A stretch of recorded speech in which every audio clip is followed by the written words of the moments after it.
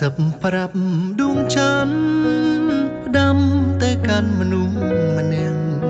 នៅក្រោមជំនោរត្រជាំងនេះពេលរាត្រីសន្សាមរុះរយរងាក្នុងដួងហរតី